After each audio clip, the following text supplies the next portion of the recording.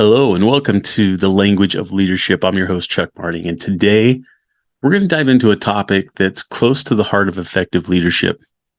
We're going to talk about kindness, compassion, and courtesy.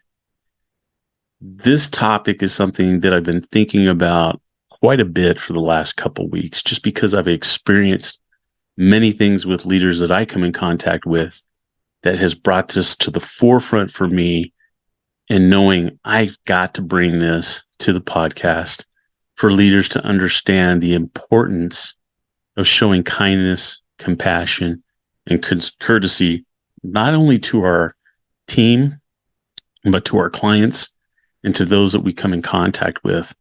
So I want to share a story with you real quick that illustrates the profound impact that a compassionate leadership can have. So in the midst of a challenging project, there was a leader named John, and he noticed that one of his team members was struggling.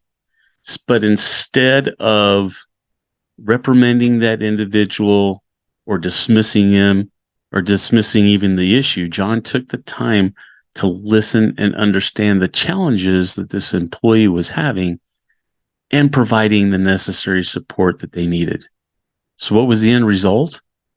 This team member not only achieved their goals, but felt valued, and they were motivated because it fostered a culture of trust and collaboration between that individual and the leader. That is what we're looking for. This is what I want to share with you and impart with you to help you in becoming a better leader, to have results just like John did, by taking the time and recognizing that there was an issue that needed to be resolved.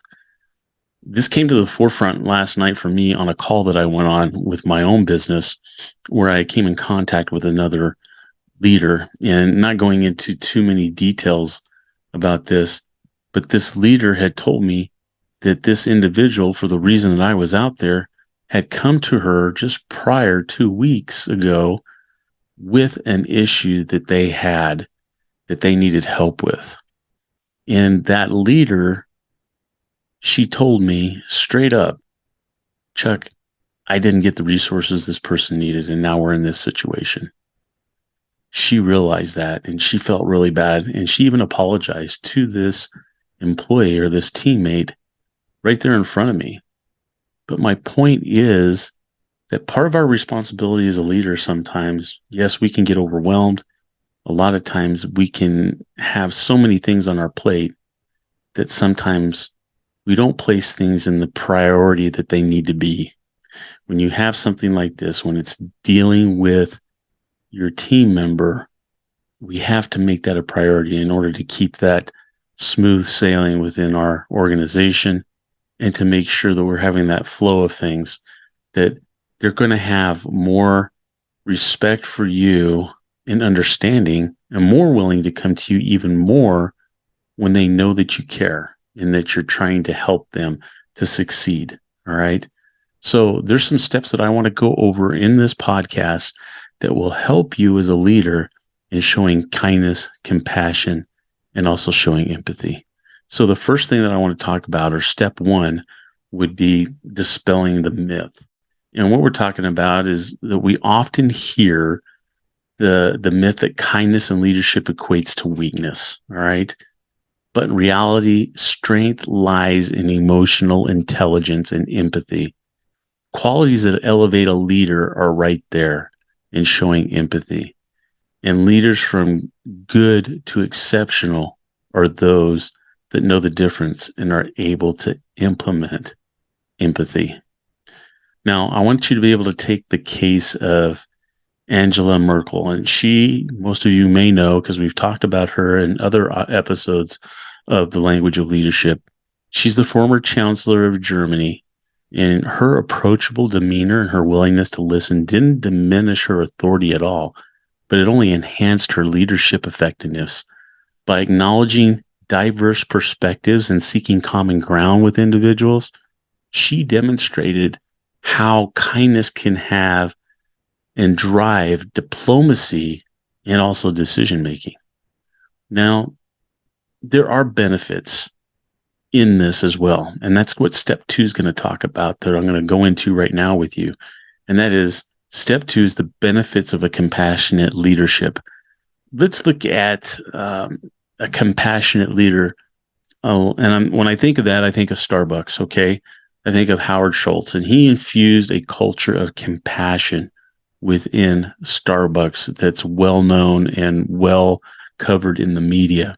And he did this by offering benefits like healthcare to even part-time employees and creating pathways for advancement. The company's retention rates, because of this, soared. And this case highlights that compassionate approaches are just as ethical as any strategic advantage that fuels success. Okay. This is a very powerful example. And there are many more that we could share on this. But when I think about this as well, I come into what leads into step number 3. And step number 3 is leading by example. Now, leading by example is a cornerstone of effective leadership. And we've talked about this before, but we're bringing it all together. So let's look into how leaders throughout history have amplified kindness and compassion. And when I think about kindness and compassion, I have to go back to Mahatma Gandhi. His commitment to nonviolence and empathy set a powerful example. And his ability to lead a nation to independence through peaceful means demonstrated that a transformational power of compassionate leadership can provide strength, and it just isn't the physical type, but in a moral fortitude, he was able to do this. Step number 4 in this process is the empathy in action. Now, empathy is more than just a buzzword, okay? It's a practical tool that leaders can use to navigate complex situations.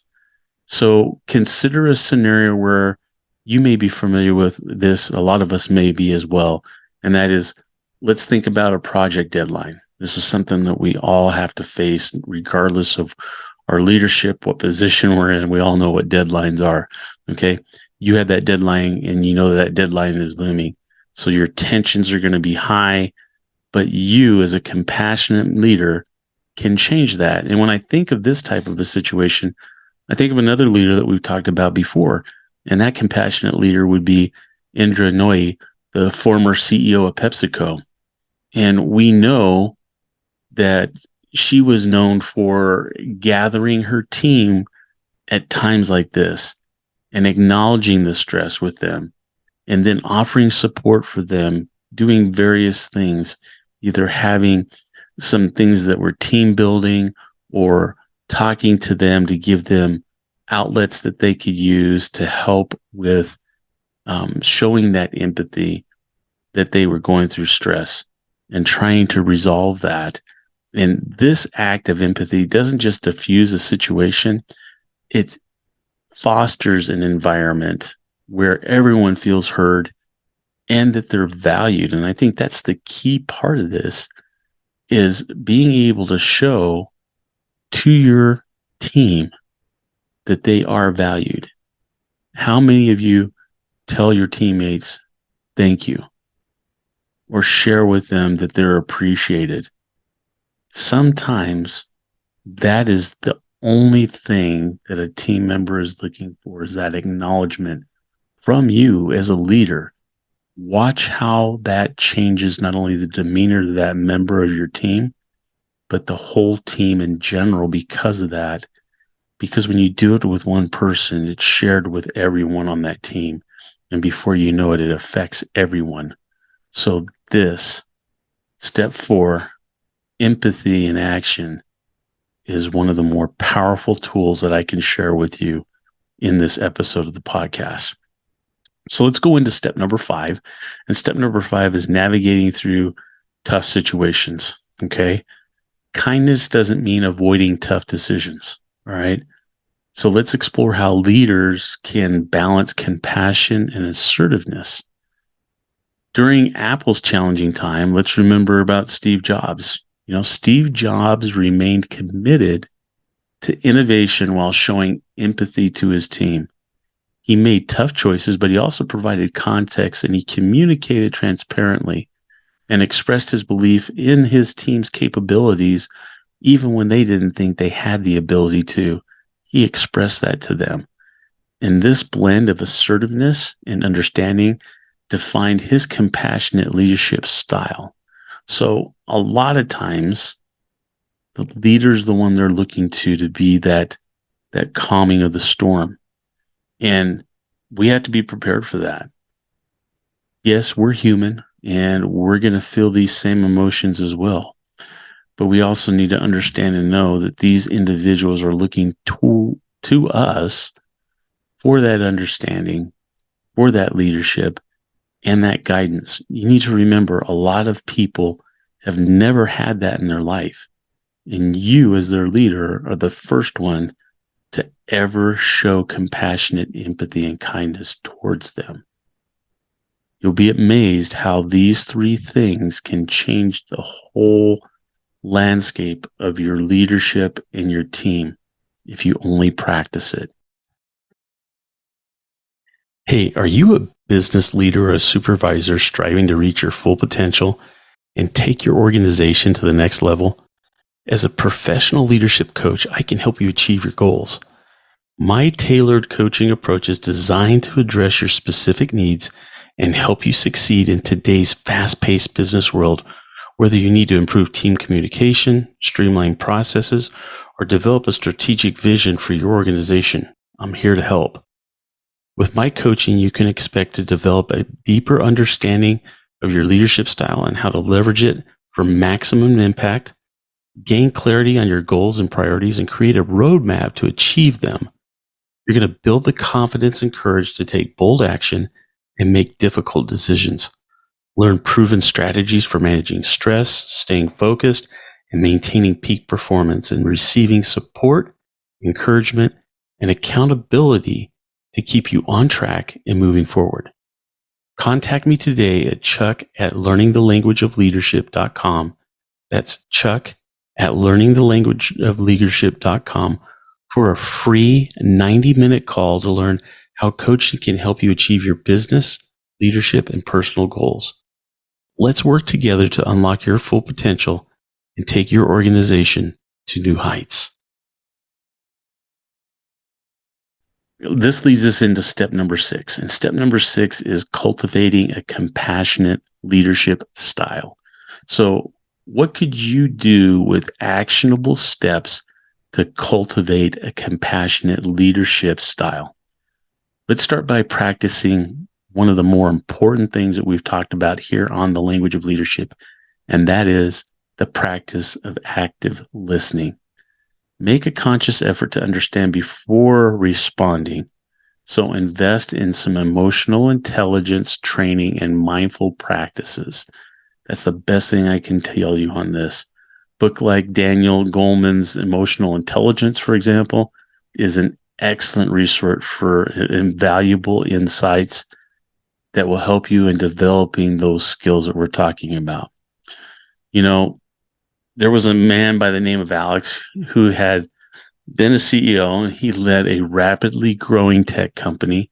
And while Alex was known for his strategic thinking and determination, he realized that he needed to infuse more compassion into his leadership style. So he attended a leadership seminar where Ed Milet was speaking about the impact of empathy on leadership success.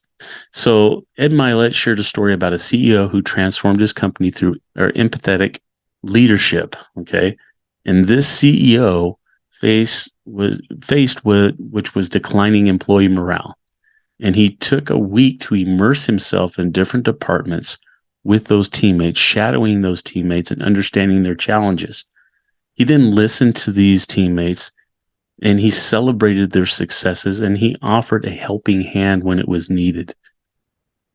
Inspired by this story, Alex decided to implement a similar approach in his own company, and he spent time with his employees and he truly listened. Okay, that is the key. He truly listened to their ideas, their concerns, and their thoughts. And he discovered that some of the teams were struggling due to lack of resources, while others had innovative solutions that were going unnoticed. Okay. But by connecting with his teammates on a personal level, Alex gained the insights that allowed him to make strategic decisions that not only bolstered morale with the team, but it also improved overall company performance as a result. Now, Ed Milet shares principles for compassion in his leadership training, and you can see a lot of this on YouTube. Ed Milet is probably one of the more generous leaders that I've ever seen, who has so willing to share everything that he has as far as success is concerned and not hold anything back. So I just want to share some of those things that I have learned, that I've seen through the teachings of Ed Milet. And the first one is self-awareness and emotional mastery. So start by helping leaders understand their own emotions and how their influence and interaction with others is important. Ed Milet often speaks about the importance of emotional intelligence in leadership. The next thing he talks about is listening skills. He teaches leaders that the art of acting and listening is a crucial point of any leadership journey. Leaders should learn to listen without judgment and fully understand the perspective of the person that is responding. Okay. The next thing is empathy connection. He talks about emphasizing the power of empathy in building strong relationship with team members. Leaders should learn to be able to put themselves in the other person's shoes or that teammate's shoes. Okay. And understand their challenges, their aspirations, and also their motivations. Recognize strengths. You need to encourage your teammates and yourself and other leaders that you know to identify and celebrate the strengths of their team members. This is not only boosting morale, but it's also maximizing productivity as people are more engaged, okay, when they're working in the areas of their strengths. And so this is something that is very critical and something that is very measurable when you start teaching this to your employees. And it's measurable because you're going to see the results. You're going to see how it changes that workflow and becomes a more productive environment because of that. Another big thing that Ed teaches about is open communication. He teaches leaders to create an environment of an open communication with their team members so they feel comfortable in sharing their thoughts and their ideas. And Ed Milet often emphasizes the importance of fostering a culture of trust. And I think that that is really key and something that's very apparent when you walk into some of these places with leaders. And a lot of you as leaders have seen this as well. The minute you walk through the door, you can feel it. Okay. So the other thing is leading by example. This is the sixth thing that Ed Milet talks about, is leading by example. So he highlights that compassionate leadership starts from the top and that leaders should model that behavior that they want to see in their teammates in the things that they do. Okay. They are the examples in this. The next thing is feedback and growth. You have to show leaders how to provide constructive feedback in a compassionate manner. And this will help individuals grow while maintaining their dignity, all right, which is very, very important and crucial. The last thing that I wanted to cover with Ed Milet in teaching this principle is recognizing personal value. I think this is probably one of the more important things that I really took away from this and learning from the teachings of Ed Milet. I'm still learning from the guy. I listen to his podcast all the time, weekly, and I am amazed by the things that he comes up with and the leaders that he has on his show too. So I'm grateful for his podcast. And so I would share that with you as well. But recognizing personal value, remind leaders that each team member has an intrinsic value beyond their professional roles. Okay. Recognize and appreciate their values that foster a culture of respect. And that culture of respect is going to be resonated through your team if you as the leader start showing it yourself. So remember that. You know, this has been a enlightening episode of the language of leadership, something that I've looked forward to because, like I said, for the last couple of weeks, I've been experiencing this and I've seen a lot of high tensions. And I don't know if it's because we're getting towards the end of the year or what the deal is. But, as we wrap up, I just want you to remember that kindness and compassion are not signs of weakness. They're indicators of true leadership strength. And, each one of us has the power to reshape the landscape of leadership, to inspire and uplift those around us by embracing kindness and compassion. You can become a beacon of change in your organization, driving success through the language of leadership. So as we conclude this journey through the realm of compassionate leadership, remember that the true essence of leadership lies in the ability to connect, uplift, and inspire those around us. Your commitment to leading this kindness and empathy and respect has the potential to transform not only your team or your organization, but also the very fabric of the leadership landscape that you're a part of. So by embracing these principles that we've talked about on the podcast today, you're not showing any showcase of weakness.